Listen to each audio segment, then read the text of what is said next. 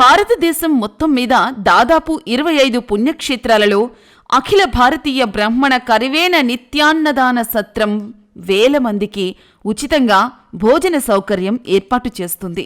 శ్రీశైలం 120 సంవత్సరాల చరిత్ర కలిగి ఉండి ప్రతిరోజు శ్రీశైలంలో బ్రాహ్మణేతరులకు వందల మంది యాత్రికులకు అన్నదానం చేస్తున్నారు. అన్నపూర్ణ మాతగా వెలసినది సత్రం తూర్పు వైపు 70 సంవత్సరాల క్రితం అన్నదాన భవనం, వేద పాఠశాల, శివాలయం, గోశాల నిర్వహిస్తున్నారు. భవనం శిథిలావస్థలో ఉన్నందున వేద పాఠశాల, శివాలయం, అన్నదాన భవనం నిర్మాణం తొలగించడం జరిగింది. కొత్త వేద పాఠశాల, శివాలయం, అన్నదాన భవనం నిర్మాణానికి దేవస్థానం అనుమతి కోరడమైనది.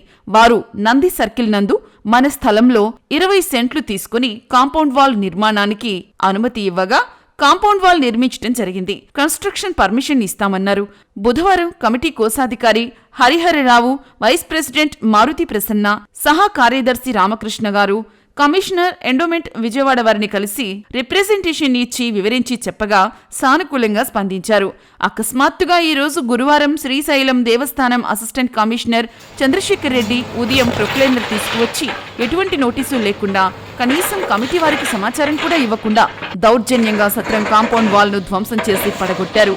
సత్రం సిబ్బంది ఎంత రిక్వెస్ట్ చేసినా దిగ్భాషలాడారు. ఇది మేము యావత్తు బ్రాహ్మణ జాతి ముక్త కంఠంతో ఖండిస్తున్నాము. అసిస్టెంట్ కమిషనర్ శ్రీ చంద్రశేఖర్ రెడ్డిపై శాఖాపరమైన చర్యలు తీసుకోవాలి.